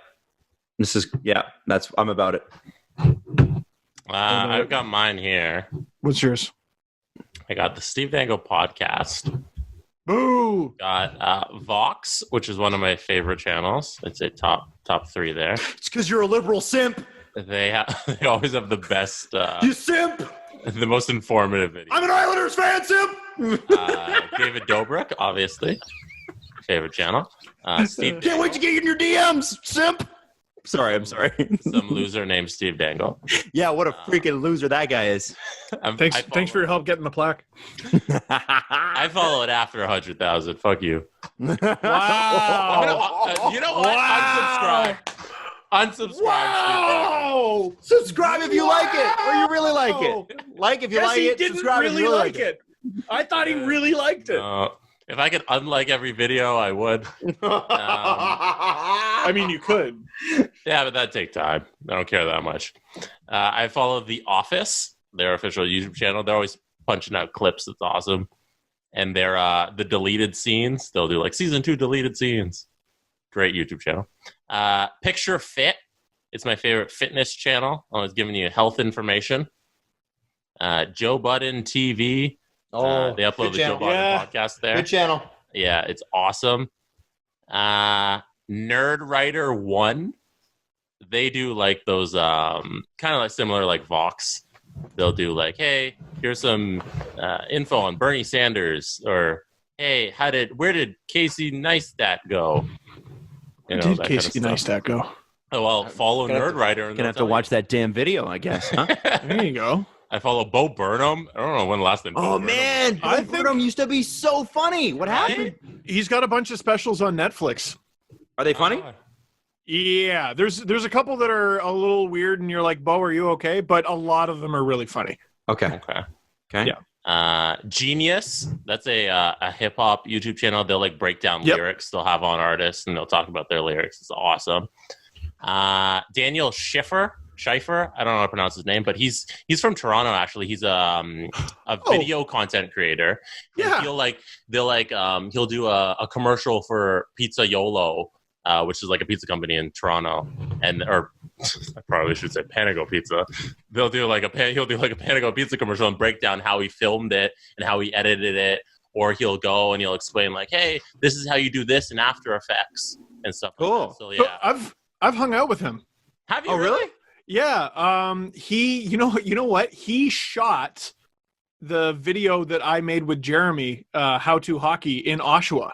No way. And I felt so stupid because I didn't know who he was at the time. And Jeremy's like, oh, yeah. And I'm looking at it. Yeah, oh, he's got a much better plaque than mine. He's got 1.21 million subscribers. So you met him and he shot the whole video and everything? He shot the whole thing. We went to Kelsey's in Oshawa and got chicken fingers. It was a great time. That's awesome. That's great. Yeah, so those are a few channels I follow. I also follow an enormous amount of barbecuing channels because I really wanted to get good at the barbecue, and then I realized it would take a lot of time. So I'm unsubscribing from all of them right now. Yeah, how are you bad at a barbecue? Well, no, but like advanced barbecue, like smoking and rotisserie and stuff like that. Like I really wanted to get into I wanted to do Cornish hen and stuff like that. Yeah, you take your pickup truck and you get some squirrels off the road and you throw it on. Right, just throw them on the queue. Simp. Anyway, let's do the press conference. Simp. I got a couple of questions left over from. Stop saying that.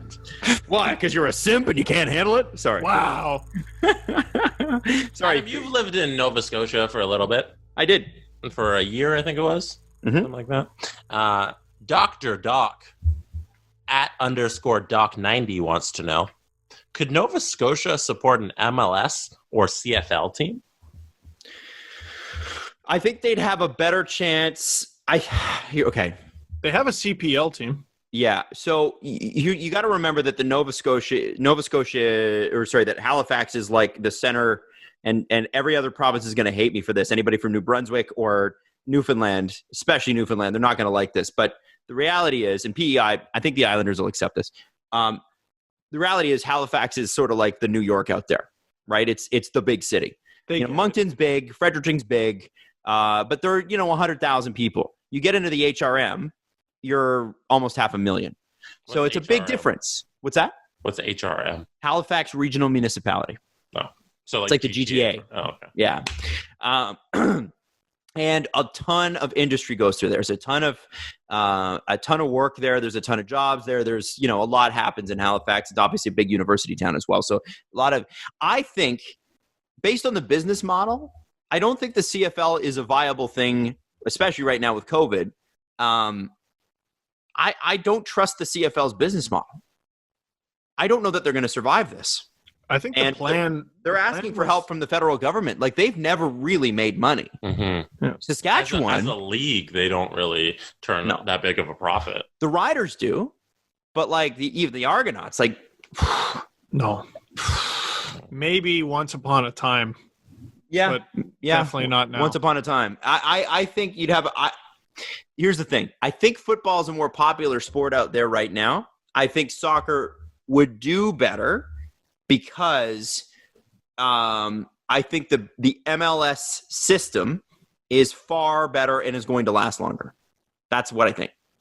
So I think that the MLS is poised to do some pretty big things in the next few years in terms of its growth. And the game, Canadians can't ignore soccer forever. And in Toronto, it's in Toronto, Montreal, Vancouver, you can go to the games. Like anybody, this is the thing about hockey. It's a wimpy sport or whatever. It's the fucking best. It's so much fun. And I don't think that, I think that hockey fans are only like that. They think that they can only like hockey because hockey is such a niche sport. But you can't ignore soccer. Everybody's played it. Everybody has played it. Everybody in the world has played soccer at some point. Gym class, you played house league growing up or something like that till you were 10 years old, whatever it is. So I think in terms of longevity, an East Coast team makes a lot more sense in the MLS than it does in the CFL because I don't trust that the CFL is going to be here even next year. I just don't know. And for soccer, it's as the demographic of Canada continues to change. Yes. You have to cater to that audience. Even my in-laws, they just love soccer. What do you think of TFC? Oh, it's pish. And then you go to the game, Danny Dickio. They're just going nuts. Players on the field and shit. Yeah. Yeah.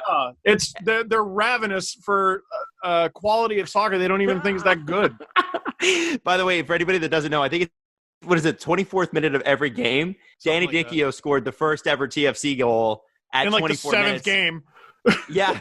So they chant his name every single game at that 24th minute and have since. Like it's just hardcore in a way that you can't experience at any other thing. It's way more fun that you're going to have at anything other than, I think, the NFL. Like, and basketball in the playoffs. Baseball in the playoffs is fun too. But there's just a rowdiness to soccer that I think fits the East Coast too. Like, East Coasters love to get out and party together. That's just the culture. That's soccer. That's what you do. So I think once you show them, hey, listen, this is sort of basically what you're already doing. It's just with the soccer pitch. They'd be all over that. And they're hardcore sports fans out there. I believe fully that an MLS team could work out there. You'd have to have revenue sharing in place, though. You're not going to be able to, like, your import guys that are making $7 or $8 million a year. It's going to be hard to support that. Really hard. That's why CPL, get on board. I know I keep saying it because my buddy works for the league, but whatever. Canadian Premier League. Yeah. I'm just saying they got a team out there. Yeah. See if it works. One final question. This is from Rob Simpson at Rob P. Rob Simpson. what? Simpson. Adam, you going to take that? Rob Simp? Think he's a simp. The son of a simp. Go Islanders. Simpson. Go Sorry. Islanders. I'm How so dare bad. you. I'm so sorry to all the Islanders fans that are like legit. I'm sorry. It's just no one has called me a Shame simp on more you. than Islanders fans. Let's just be honest about Shame. that. Or funny online Islanders fans. I doubt they're actually Islanders fans. They're just probably. Rob wrote in, Uh-huh. is Phil Kessel a future Hall of Famer? Let's take a look at the stats. Let's take a look at the numbers. Let's throw something out there right away. To be in the Hall of Fame, you got to be liked. Yeah. People have to vote you in, and they got to be in your corner. Not just people, media members. Yes, but also like the accusation, that's all I'm going to say, is, Jesse, are you there? Yeah, I think my camera went out. Oh, okay. Anyway, the accusation is supposedly Serge Savard is the one who like kept Pat Burns out of the Hall of Fame for so long because there was some sort of personal beef there. I don't know enough about it. I wrote an article years ago about Theoren Fleury and looking at his numbers because Paul Kariya had just gotten into the Hall of Fame. And I basically argued, listen, if Paul Kariya is in, you got to put Theoren Fleury in, at least based on his numbers. I don't think Fleury's going to get in. He just burned too many bridges and pissed too many people off during his career. And he's not doing, I mean, go look at his Twitter account. It's wild. Looking at Phil Kessel, I think he's going to be one of those guys who has a really, really good career, and it's not the Hockey Hall of really, really good. You know what I mean? He's already played over 1,000 games. He doesn't have over 1,000 points, so he's under a point a game. That hurts him a little bit.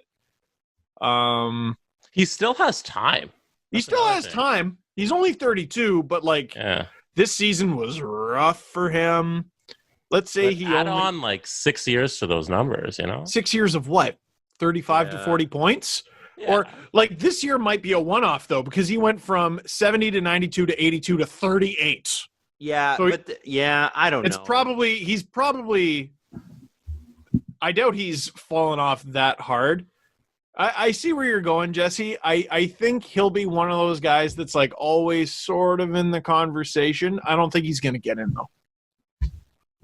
The Conn Smythe in 2016 might have changed that because individual trophies matter, especially in the playoffs.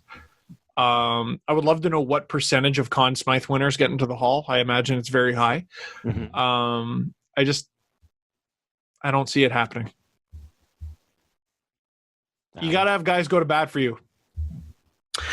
Well, Phil, I think Steve's right. There's such an inside thing, right, with Phil Kessel. I also, and I mean this honestly, I think he's got to have 3 or 4 more years of 35-plus goals before you can even make that consideration.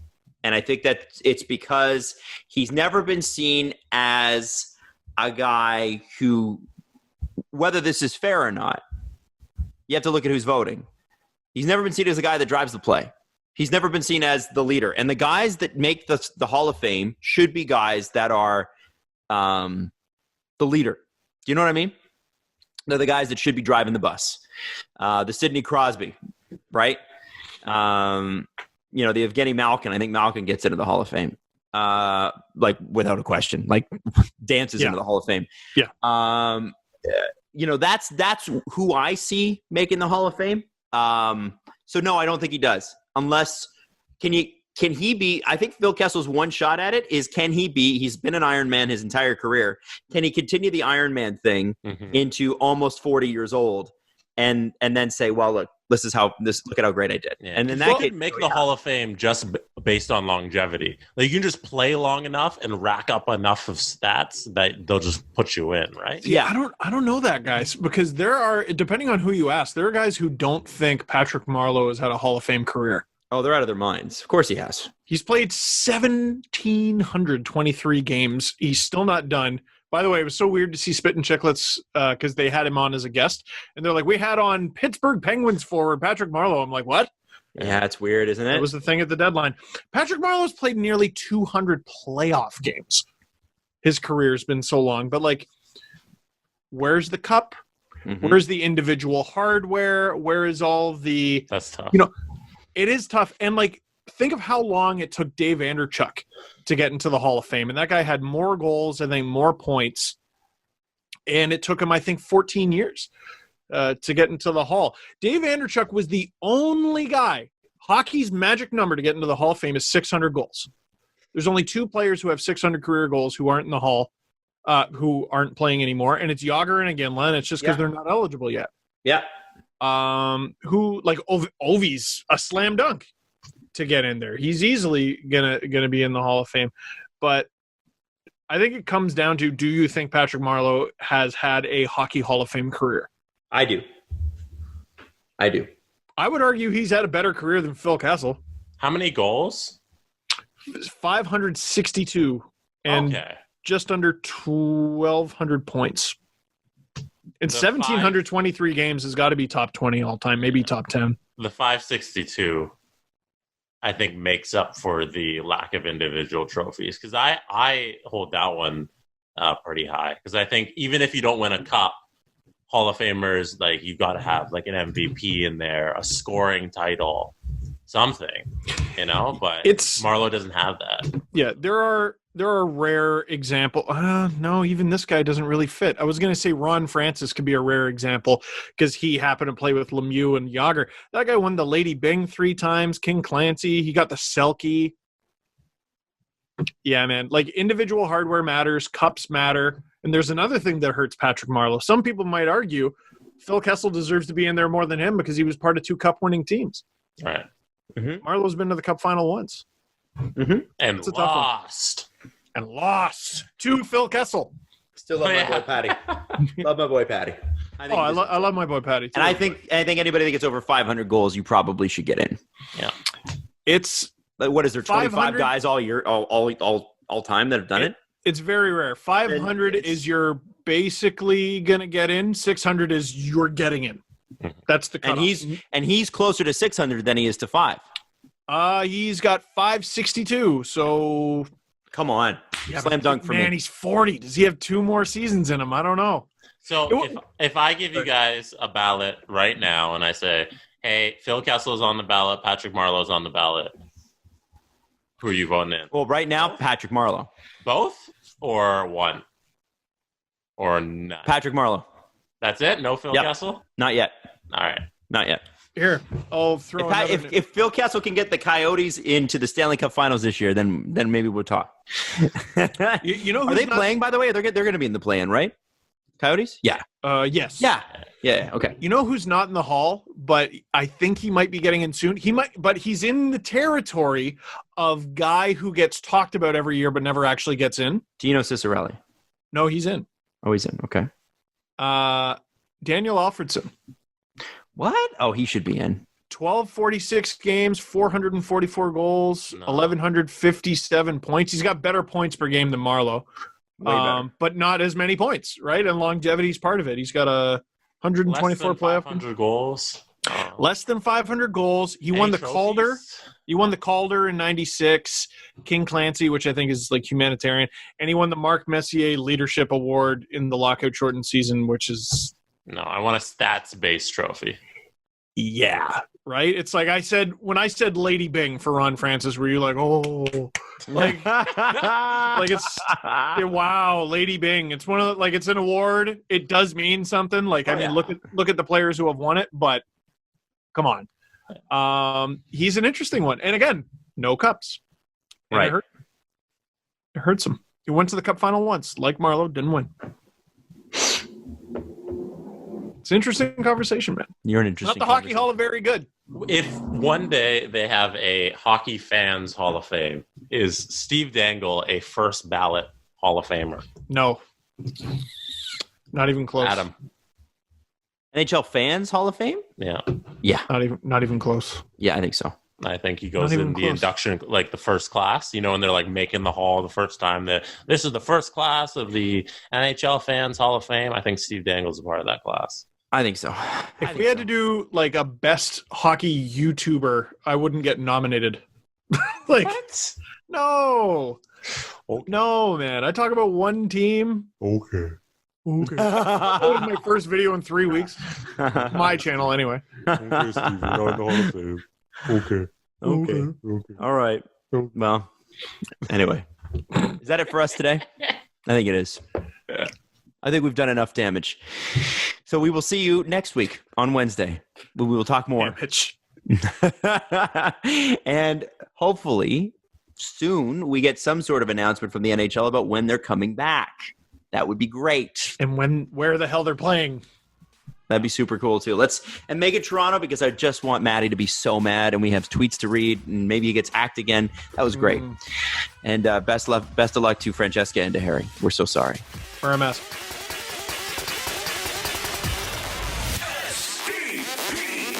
The Steve Dangle Podcast. Follow the guys on Twitter at Steve_Dangle, at Adam WYLDE, and at Jesse Blake. Brought to you by Panago Pizza. Order at panago.com and stuff your face with deliciousness. Connection complete.